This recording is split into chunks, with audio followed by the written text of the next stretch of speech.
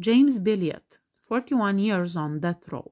Wallace Kroll Jr., Billiot's stepfather, was found dead from a bludgeoning on Thanksgiving Day on November 26, 1981, in his home. Both Billiot's mother and stepsister, who was just 14 years old, were discovered dead in the house as well. George Hebler, Chris Lee, and 12-year-old Stephen Kroll discovered the bodies.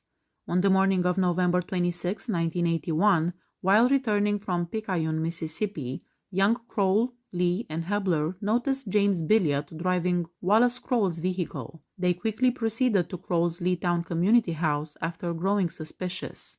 They discovered the victims there, along with an 8-pound sledgehammer that was laying close to the bodies. They also discovered Wallace Kroll's wallet and a few other papers lying on the floor. James Billiot allegedly threatened to kill his mother and stepfather on November 7, 1981, while the two were at the Living Waters Church of God in Picayune, Mississippi, according to Brian Strickland, a native of Leetown and Billiot's acquaintance. In his deposition, Leo Jones stated that he encountered Billiot hitchhiking on November 26 and offered to drive him from Picayune to the Leetown neighborhood. James Billiot insisted on being let out by a field next to the Kroll residence in Leetown instead of in front of the house. Following the discovery of the bodies, Louisiana and Mississippi issued an all-points notice, and 2 days later, the New Orleans Police Department detained Billiot. He was extradited to Mississippi following a hearing. Anthony Carr, 33 years on death row. Robert Simon, 33 years on death row. Carl Parker, his wife Bobby Jo, and their 2 children, Gregory, age 12, and Charlotte, age 9, left the Riverside Baptist Church in Clarksdale on Friday, February 2, 1990, and headed back to their house on Highway 322 in rural Quitman County, which was about 15 miles away from Clarksdale. The Parkers were last observed that evening between 8:45 and 9:15 p.m., leaving the church. While traveling east on the highway at approximately 11 p.m., Billy King noticed a fire at the Parker residence. Mr. King attempted to enter the house through the unlocked carport door, but the fire forced him to retreat. In order to get assistance, Mr. King drove to the closest neighbor's house after leaving the Parkers' home. On his route to the neighbor's house, King did not pass any cars. However, when he turned around at the neighbor's front door to face the Parkers' residence, he noticed 2 cars leaving the Parkers' home and heading west. Joe McCullough was traveling on the highway east as King was at the neighbor's house attempting to get assistance. In his deposition, McCullough said there were 2 cars that were rapidly approaching Clarksdale while tailgating. He recognized the Silverado pickup truck as the lead car. Between 11 and 11:20 p.m., Lambert Volunteer Fire Department fireman Jerry Wages received a call reporting the Parkers' fire. He located Carl Parker's body and then returned inside the residence and retrieved Gregory and Charlotte's bodies. Wages remembered that Carl and Gregory had their wrists tied behind their backs, and they were shackled at the ankles and feet. Charlotte's wrist still had a piece of binding on it. Beneath her dress, Charlotte had no clothes on below her waist. Wages reported that she also had a cut on her hip. After the fire was eventually put out, Bobby Jo Parker's body was found in the early hours of the morning. Her body, which had been severely charred, was discovered in the southwest corner of the home. On February 2nd of 1990, Martha Simon, the wife of Robert Simon, had left Memphis and gone to Clarksdale to visit her mother. She added that for the last 3 weeks, Carr had been residing in their Memphis apartment with her and Robert. On February 3rd, 1990, at around 12:30 a.m., Martha noticed Carr strolling down the street while she was in her car. Carr inquired as to whether Martha had seen Robert. In response, Martha said she believed Carr and Robert had been together. Carr was asked how he arrived in town. In response, he said he was driving a truck and gestured in the general direction of the Parker truck's later discovery. Carr informed her that the vehicle had stuff in it and that he parked it on the 9th Street. He mentioned to Martha that he had some cash as well. He informed her where he had hidden some coveralls in a dumpster and that he had left the truck's keys beside the railroad lines. A sealed dumpster close to Martha Simon's mother-in-law's Clarksdale home yielded a pair of coveralls and a pair of work gloves, thanks to information provided by Simon to Coahoma County Sheriff Andrew Thompson Jr. The coveralls had a smoky odor and were damp. Dean Parker, Carl Parker's son, recognized the gloves as being the identical kind he had given his father. The shotgun that was discovered in the truck had Carr's fingerprint on it. 2 arrest warrants were issued in Marks, Mississippi on February 3, 1990. That day, at approximately 3:30 p.m., Anthony Carr and Robert Simon Jr. were taken into custody in Clarksdale. Pathologist Dr. Stephen Hain provided testimony regarding the circumstances behind each Parker family member's death. Following 2 gunshot wounds, Carl and Gregory both passed away. Bobby Jo was shot to death, her body completely charred beyond recognition, and just 1 bullet was found. Young Charlotte was shot 3 times, and she eventually died from smoke inhalation. She had also been essayed, and ultimately that was the reason Carr decided to murder the entire family and burn the house down to make sure no evidence against him would be found. Ricky Chase, 33 years on death row. On August 14, 1989, an elderly couple named Doris and Elmer Hart were robbed at their house outside of Hazelhurst by Ricky Chase and Robert Washington. It was acknowledged that the 2 had physically overcome Mrs. Hart before robbing the house of a number of valuables, namely cash and firearms. Elmer Hart returned home during the robbery, and both Chase and Washington claimed that the other was the mastermind behind the scheme and that it was they who had shot and killed Hart. Washington testified against Chase after entering a guilty plea and being given a life sentence. Eric Moffett, 30 years on death row. In the early hours of December 31, 1994, Felicia Griffin was essayed, beaten, and killed. Felicia shared a home in Jackson with her mother Penny Griffin, her 2 sisters, and Moffett. Moffett was Penny's boyfriend. Moffett, Penny, and the 3 girls were home on December 30, 1994.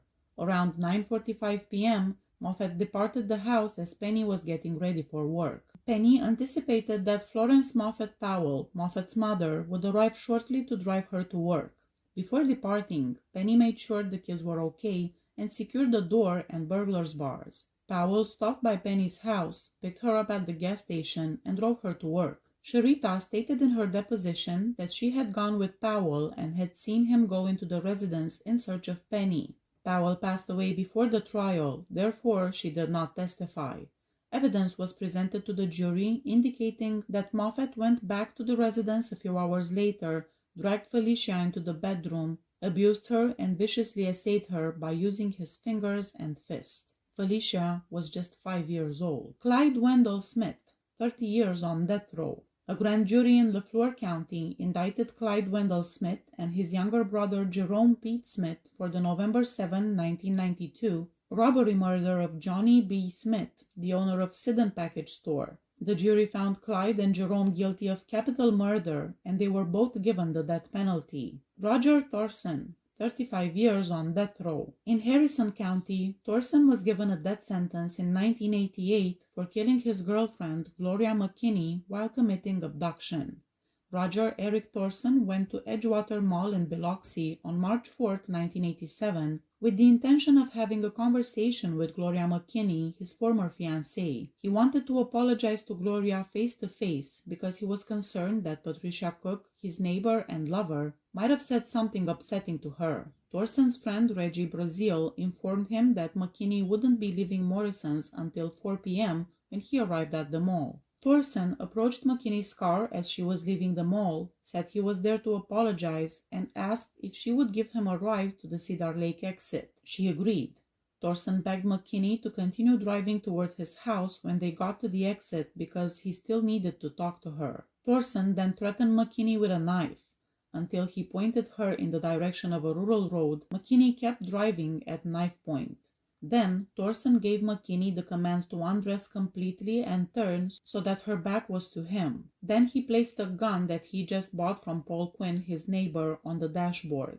Thorson took a piece of rope out of his jacket pocket and tied McKinney's hands behind her back once she had undressed. Then he bound her neck with her brassiere while she was still holding it in her mouth, and Thorson essayed Gloria McKinney. Thorson didn't want his fingerprints to be on anything after he essayed her, so he used the towel he had discovered in McKinney's car to wipe down everything he believed he might have touched. When Thorson asked McKinney if she would tell anyone about what had happened, she responded with a shake of her head that she wouldn't. Thorson did not trust her. He cut her throat with the knife. He exited her vehicle and took out Gloria's wallet, a plastic power steering fluid bottle, and the blue jacket he had given her. He wanted a picture of Gloria, so he took her driver's license out of the wallet. To give the impression that Gloria had been injured by someone else, he threw the wallet and bottle into the woods. Gloria was sitting in the car at this point, her neck wound still bleeding. She managed to exit her vehicle. Thorson shot her in the head as he walked back to the car after she cried out for help. After running home, he went to his wardrobe and hung Gloria's coat. Thorson strolled up to Patricia Cook's trailer, which was right behind him, and used bleach to clean the knife and his hands of any remaining gunpowder residue. Then he returned to his trailer, buried the knife, revolver, shells, and Gloria's watch in a vacant lot close to it, and wrapped Gloria's jacket around them. Thorson was arrested for the murder of Gloria McKinney on March 8, 1987. Alen Walker, 32 years on death row. He was convicted of kidnapping, essaying, and drowning 19-year-old Konya Edwards on September 8, 1990. An accomplice said that Walker coerced the woman into having sex at Crystal Lake in Harrison County. The victim had met Walker at the bar. The accomplice said he and Walker held Edwards under the water until she died.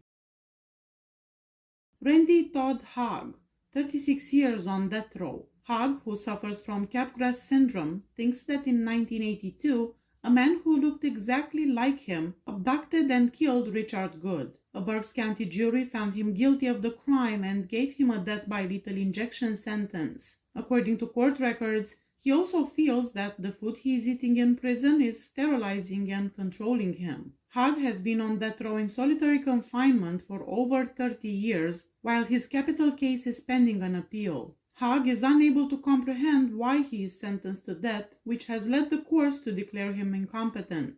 Leroy Thomas, 35 years on death row. Veronica James Hans had arranged to meet her husband and friends in a mall in the afternoon of May 8, 1987. Her spouse went in search of her when she did not show up as scheduled. He proceeded to their flat on Federal Street in Philadelphia, which was located on the top 2 floors of a 3-story duplex. He was shocked to see that both their apartment's door and the building's door were unlocked. He discovered his wife's body, partially covered by pillows and a blanket, and dressed in a bathrobe, on the stair landing of the 3rd-floor bedroom.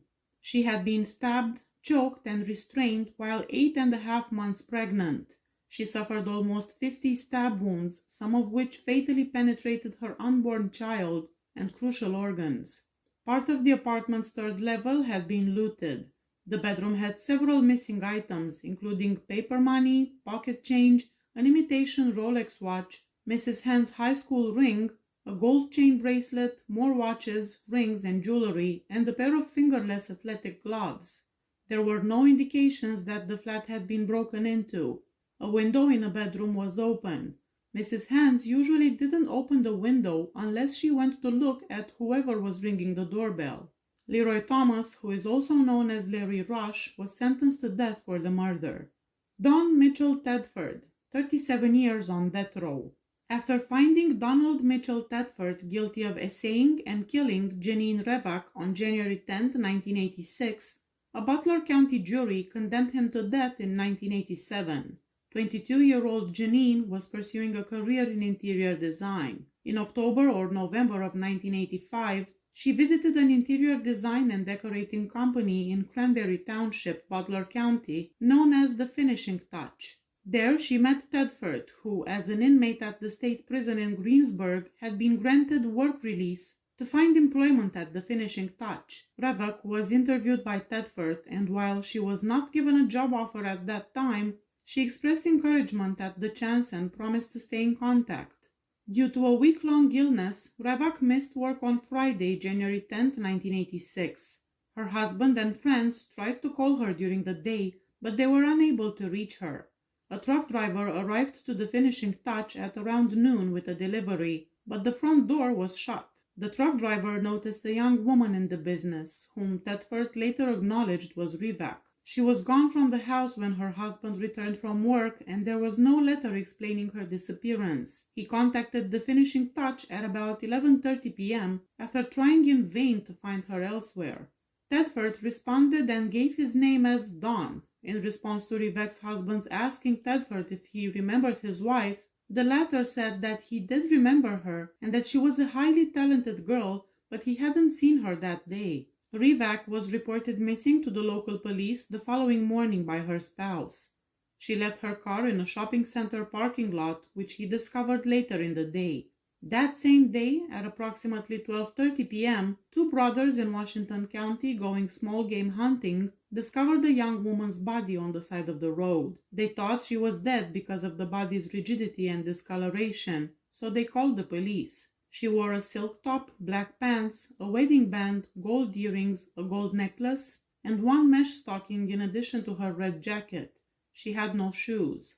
Her slacks were found to be unbuttoned and zippered down when the body was turned over. Her bra was pushed up over her chest, which the investigator discovered when he looked beneath her top. The jacket and pants were comparatively clean, but there were some foreign items, including thin, fiber-like material, weeds, and blood. Tedford led Revek to the finishing touch, where he assaulted her after luring her to meet him. Then he drove her body to the Washington County woods, where he left it for the hunters to find the next day, strangling her to death out of concern that she would denounce him for the essay. George Banks, 38 years on death row. At his Pennsylvania home on the evening of September 24, 1982, Banks took prescription medications and drank a lot of straight gin. On September 25, 1982, the following morning, he killed 8 people in his home with an AR-15 semi-automatic weapon. Among them were 3 women in their 20s who were his girlfriends and the mothers of his children, as well as 5 children, 4 of whom were his own. After changing into military clothes and going outdoors, Banks noticed Jimmy Olsen, 22 years old, and Ray Hall, 24 years old, leave a home across the street. He apparently yelled that they would not tell anyone about this before shooting the 2 of them. He struck both individuals, leaving Hall dead.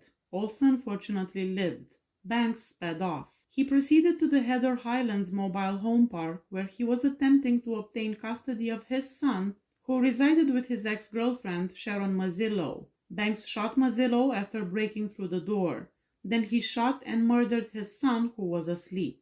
Banks murdered both Sharon's mother, who was attempting to contact the police, and her nephew, who was 7 years old, who was there in the house. Banks never saw the brother of Sharon, who was hiding in the closet. Being the sole survivor, he informed the authorities that Banks was the shooter.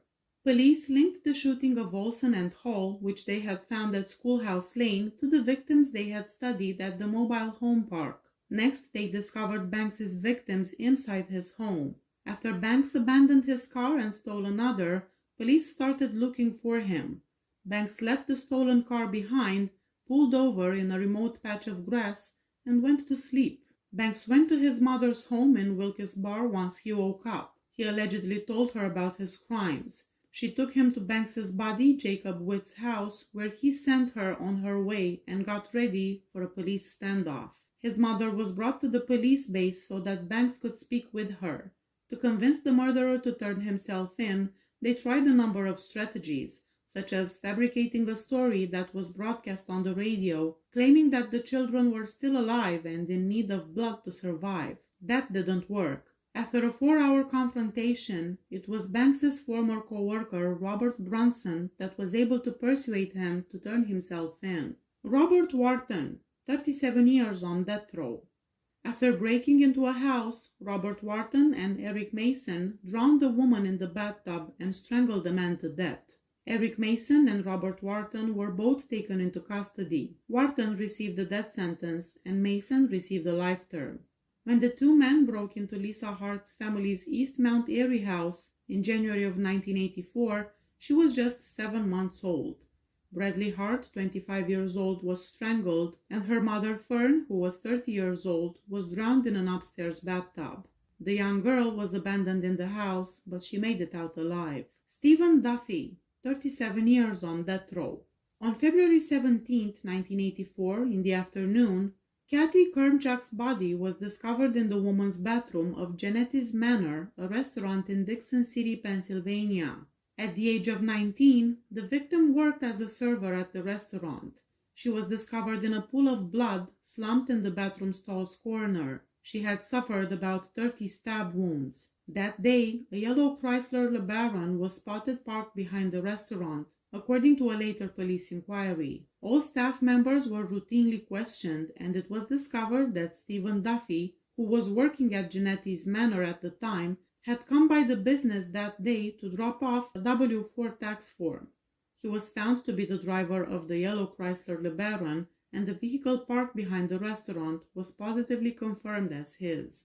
Ralph Stokes, 36 years on death row. The fact that Ralph Stokes and Donald Jackson took part in the March 12, 1982 robbery of Smokin' Joe's Corner led to their convictions. Stokes had worked at Smoking Joe's restaurant and bar before. Jackson stated in court that he and Stokes had prepared for the robbery by dressing in blue jumpsuits, donning ski masks, and arming themselves with guns. Stokes had a .38 caliber revolver, while Jackson carried an automatic handgun. With their weapons out, the two men went through the unlocked rear kitchen door inside the restaurant.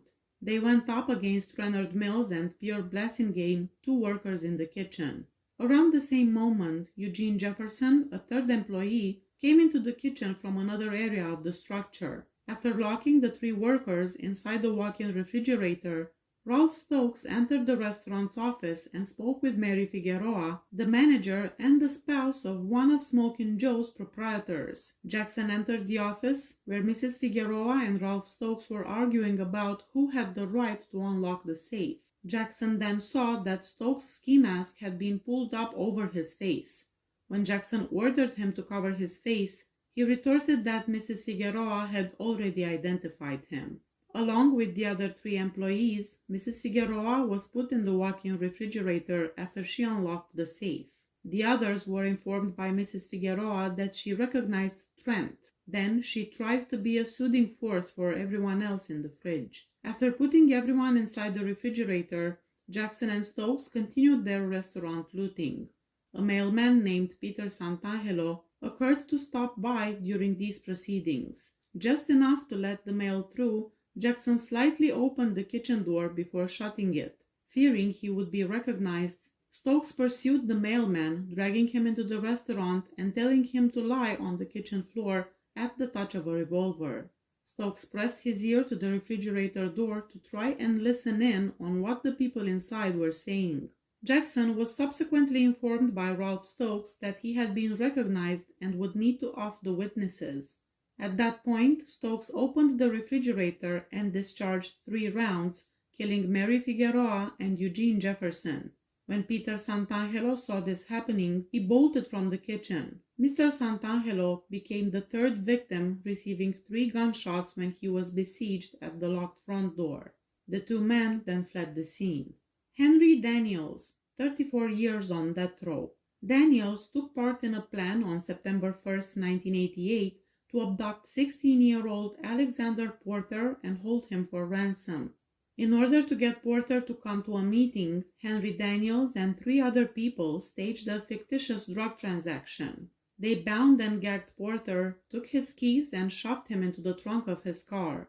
To keep Porter from realizing his involvement, one of the conspirators, a friend of his, permitted himself to be bound in front of Porter. After Porter was placed in the trunk, he was released and sent home, leading Porter to believe that his friend had been murdered. Porter's car was driven by the remaining conspirators to one of the people's garages, where they parked it with Porter inside.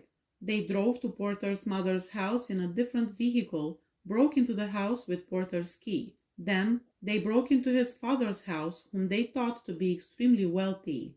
When they got back, Porter was no longer wearing his handcuffs. One of the people made Porter reveal his mother's and father's phone numbers and demanded to know how much Porter was worth to his father before restraining him once more. Porter was informed that his companion had been slain and that he would also be killed if he did not cooperate. Porter gave them his dad's beeper number and his mother's phone number. At that point, Porter's captors made the decision to kill him instead of carrying out their extortion plot. Henry Daniels and one of his accomplices set out to dispose of the victim under cover of darkness. Porter was thrown face down on the side of the road. One of the conspirators shot Porter 4 times in the back of the neck with an automatic weapon, not knowing if he had died from strangling or from gagging. Michael Pierce, 33 years on death row. The powerful smell of gasoline woke Joan Pierce, Michael Pierce's sister, at around 3 in the morning on July 10, 1989. After Joan woke her father, George Pierce, they went downstairs and saw that the sofa in the living room was on fire. They had to escape the house as flames burst out as soon as George Pierce opened the cellar door. George went back into the house, hoping to save his mother-in-law and wife. George fell inside after failing to make it to the steps. Neighbors awoke by the fire and helped him out of the scorching structure. After being removed from the scene, George received burn and smoke inhalation treatment in a hospital. He was eventually moved to a nursing home where he passed away 6 months later from difficulties brought on by bronchopneumonia and smoke inhalation. Mary Pierce and Anna Hayes, the 95-year-old mother, were declared dead at the site. Smoke and soot inhalation was later found to be the cause of death. The Philadelphia Fire Department's experts conducted an investigation and found that the house burned down as a consequence of 2 distinct fires that were intentionally started. According to Joan Pierce's testimony, there was a great deal of tension between her brother and parents. Michael Pierce had claimed that his parents had denied him an inheritance from his uncle Al and had steroid-infused his diet. George and Mary had urged their son to vacate the family home a week before the fire. Many times, Pierce had confided in Joan that he detested their parents and he wanted to kill them. Before the fire, on Sunday night, Joan had seen her brother. He was dressed in jeans, a dark t-shirt, a red flannel shirt, and boots. Aaron Jones, 30 years on death row. The Junior Black Mafia, JBM, a drug distributing group in Philadelphia, was led by Aaron Jones. In an attempt to exact revenge for the passing of Leroy Davis, another senior JBM official, who was thought to have been killed by Brian Thornton, Jones planned the assassination of Brian Kennedy. Thornton was already in prison. Thus, in order to get revenge for Davis's death and warn Thornton that killing a fellow JBM member would not go unpunished, Jones and his co-defendants made the decision to hit Thornton's cousin, Kennedy. Jones helped his co-defendants kill Kennedy by giving them instructions on where and how to kill the man, setting up the car that was used in the crime, and providing money to assist them flee after the assassination. Paul Gamboa Taylor, 32 years on death row. During the early morning hours of May 18, 1991, Paul Gamboa Taylor returned to the home he shared with his wife Valerie, their 3 children, Paul, Jasmine, and Raquel, Valerie's mother Donna, and Donna's son Lance. Everyone was asleep when Gamboa Taylor got home, with the exception of Valerie, who was with a friend. Gamboa Taylor pulled a ball-peen hammer out of his toolbox, furious at his wife for being indifferent to his substance addiction. He reached into the kitchen for a knife as well. Entering Donna's bedroom, Gamboa Taylor gave her 3 blows to the head and slashed her throat with the knife. Then he repeatedly struck Lance over the head with the hammer. Gamboa Taylor entered the bedroom that his 3 children occupied after leaving Donna's bedroom. Paul and Jasmine were killed by him in an attack. The wounds claimed the lives of all 4. After that, Gamboa Taylor brought Raquel, the youngest child, into the living room, where they spent the next 11 hours waiting for Valerie to come home. Valerie was driven home by her friend Tina, who she had spent the previous evening with, at about midday on May 18, 1991.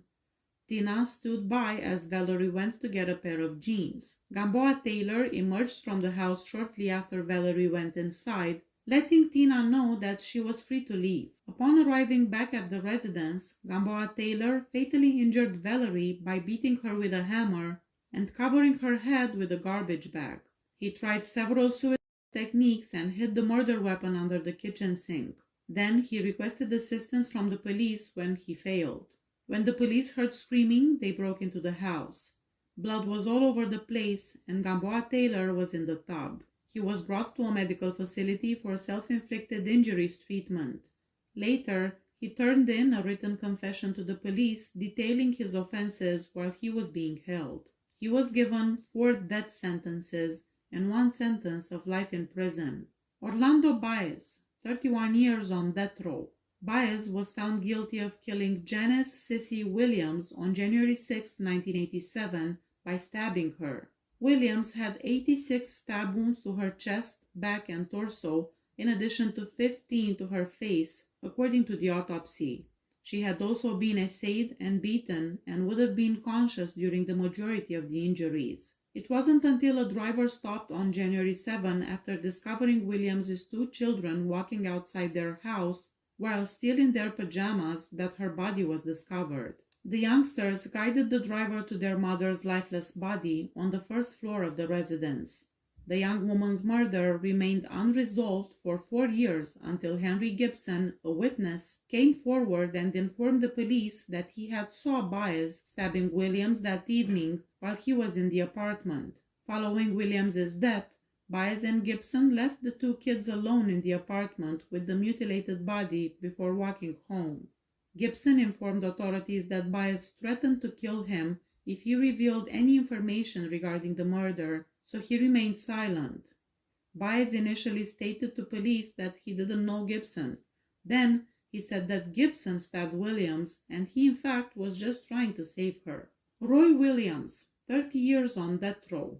Roy Williams was found guilty on January 31, 1992 of first-degree murder and possessing a weapon of crime in relation to James McDonough's shooting death. Following their video gameplay in an arcade on Mulberry Street, Williams and 3 friends were strolling along Folk Road Street when the murder occurred. Williams pulled a revolver from inside his coat after McDonough turned into Folk Road Street and shot him many times in the head, chest, and leg.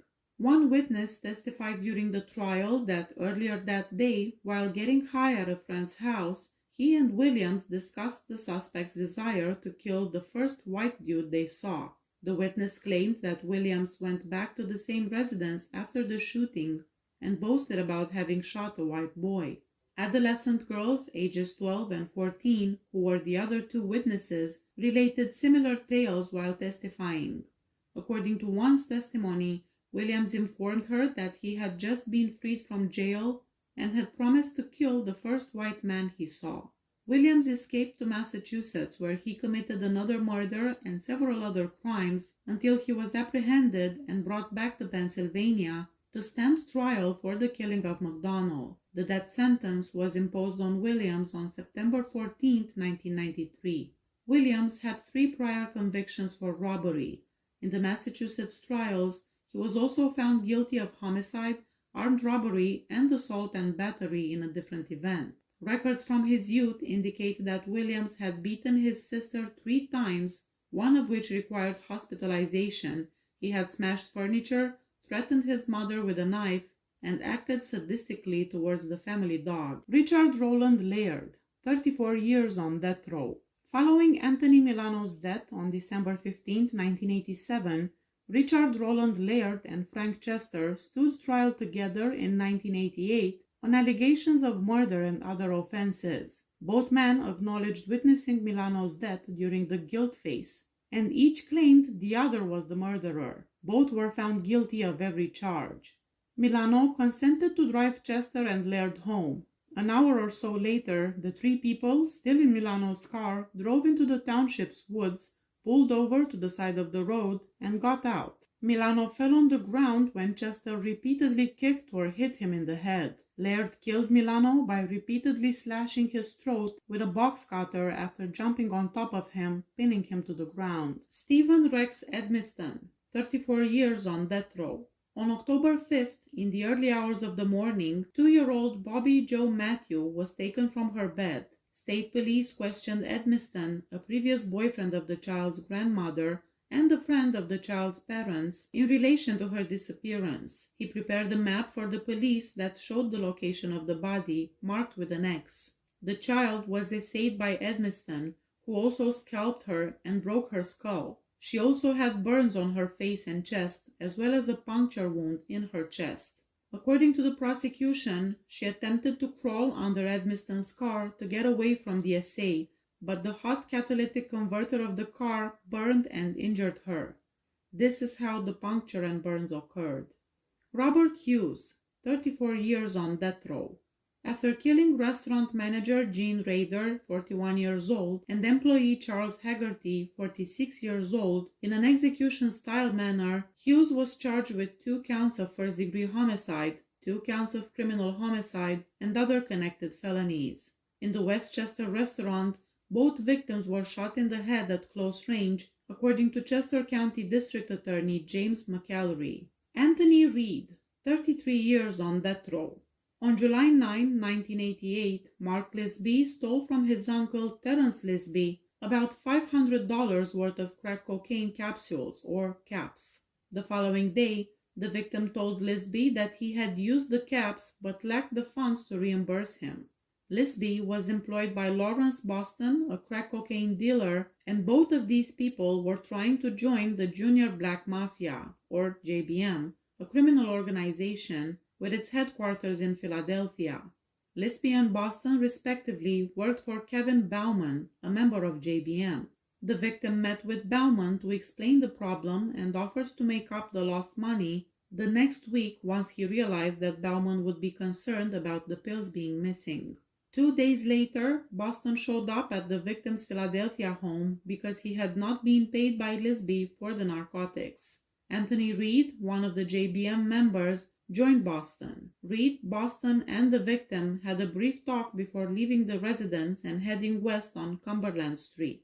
Reed pulled out a gun as the men got closer to the intersection of Cumberland Street and 31st Street. He shot the victim 3 times, once in the back of his right knee, once in the center of his chest, and once in his upper right chest under the collarbone. On March 13, 1989, just after 3 in the morning, police responded to a shooting at the public housing complex known as Richard Allen Homes. They discovered the bodies of Neil Wilkinson, 18 years old, who had been shot to death, and Daryl Woods, 20 years old, who was still alive but had sustained 6 gunshot wounds to his left knee, left arm, stomach, and hip. On April 10, 1989, authorities detained Reed, and on June 27, they detained Bauman. Reed was on bond at the time of his arrest, awaiting trial on the murder charge related to Mark Lisby's killing.